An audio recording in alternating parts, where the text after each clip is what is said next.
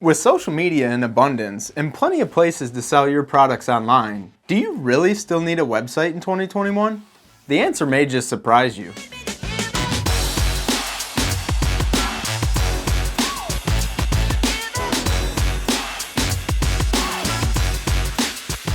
What's up, fellow marketers? I'm Chris Kapelski, and this is another edition of Marketing Tip Monday. Recently, I was meeting with a client, and he posed a pretty interesting question to me.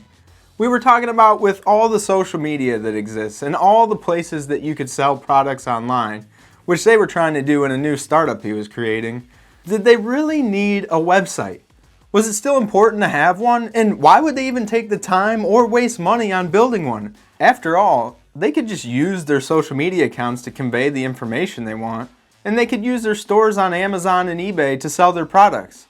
So what was my answer? First, you may have noticed something a little bit different. This fuzzy on my shirt here.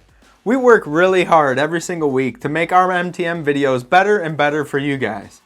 Just like the new lab system, which I'm super pumped about. Hopefully it's made the audio a million times better for you. As I said, we work pretty hard, so if you could just return the favor by hitting the like button if you like this video, it'll help us out a ton and we can keep bringing you great content. Now back to the video. In short, my answer to him was no. You don't need a website, just like you don't need a car. You could walk places, or take a bike, or even public transportation, or use technology apps like Uber and Lyft to get to where you want to go. But cars make your lives easier, and so do websites. For starters, owning your own website gives you more control. On your website, you control the content that goes on there. You control the products that you put first, or the ones that you want people to see at the very top. You can control your services and how many of them are listed or how many of them aren't listed. So you can display your top priority services right where everybody's going to look. And you can even control the reviews that you put on your website so that people see what you want them to see about your company.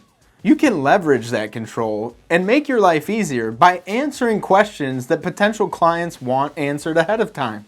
For example, what are your daily specials? Or maybe, what is your service radius? Those types of important pieces of information will save you time because you don't have to tell people that. Your website can do it for you. Even better, you could control how much online exposure your website gets by deciding how much you want to search engine optimize your content. And speaking of online exposure, your initial impression matters. Think about it. When people hear about a brand new company, or when you hear about a brand new company, what do? You pull out your phone and you Google it. And what's the first thing that come up on Google? Typically the company website. Remember that old saying, you never get a second chance to make a good first impression? If you Google somebody and their website doesn't come up first, what do you think? You probably lose some trust in that business. You think, wow, this is like 2020 and they don't even have a website. Having your own website helps you build credibility and relationships that other platforms just can't. For example, you can put your company history on your website, or maybe your entire team and the things that they love, or a full about section about your business and your mission and the things that are truly important to you.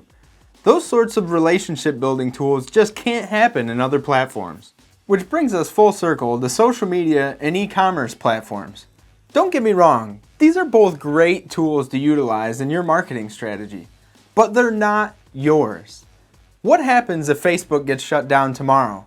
Or maybe, more likely, their algorithm changes and your content ends up nowhere to be seen.